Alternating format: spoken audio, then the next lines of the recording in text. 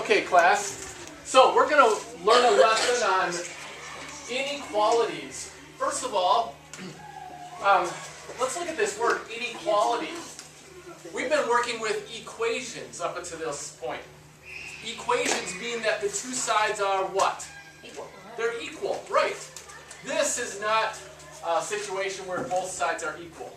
This will be a situation where one side will be more than, or less than, or possibly equal to, more, greater than, or equal to, less than or equal to. And that's what these signs are going to tell us. So these signs will be used to replace the equal sign. Now, an inequality means the two sides are not equal. Or they could be equal. To graph an inequality, you draw a number line and mark 0 on the number line. And then mark the number with the proper symbol, meaning greater than or less than, and then draw an arrow, which shows what the value of the variable is. Is the variable less than the number, or is the variable more than the number? Okay? Now, look at this example.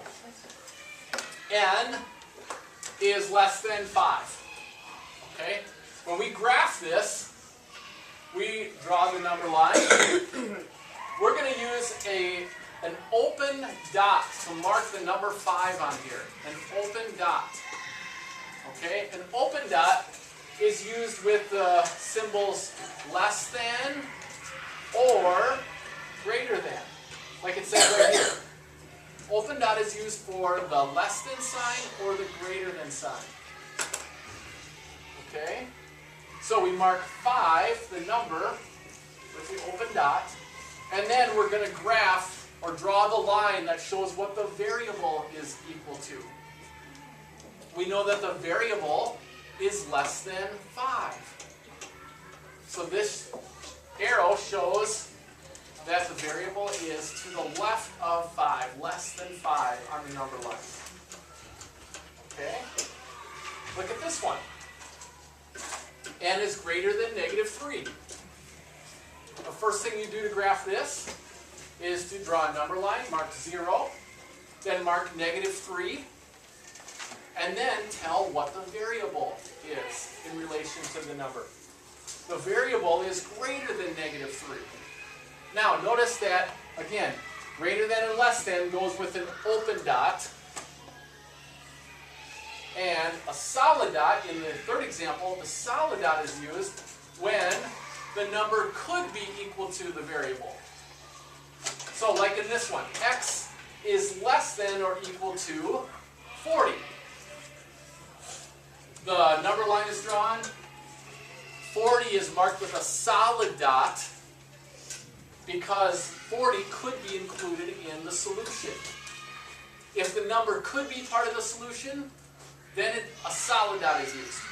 If the number could be equal, then the solid dot. So x is less than or equal to, that's what the little line underneath the less than sign means. And we mark that it's less than with an arrow to the left. Does that make sense? Chase. How do you know what the variable is? The variable will be given to you. Oh, okay? So they'll either give you this, and then make you graph it, or have you graph it, or they might give you a graph, and then have you write the solution, or write it in this way. Write the inequality, it says. So if we looked at this graph, what does this graph show? -25. So n, or x, or whatever variable we decide to use, this is labeled v, so we know that this talks about the variable v. V is greater than -25, isn't it? V is greater than -25. Now, what if it had the number written first? What if it said -25 is less than or equal to v? Is that true? Well, let's see. -25 is less than or equal to v. which means v is 3. greater than. So yes, this is true. Okay? Inequalities can be written with the number first or the variable first. But, let me tell you something. If you write it with the variable first, the arrow, look at this arrow. Which way is it pointing, Isaac? To the right. To the right. And look at the way that the arrow is drawn on the number line. It's also to the right.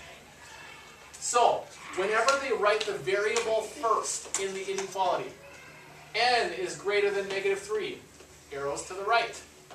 N is less than -5, arrow to the left. Whenever the variable is written first, then the arrow is pointed the same direction as the symbol.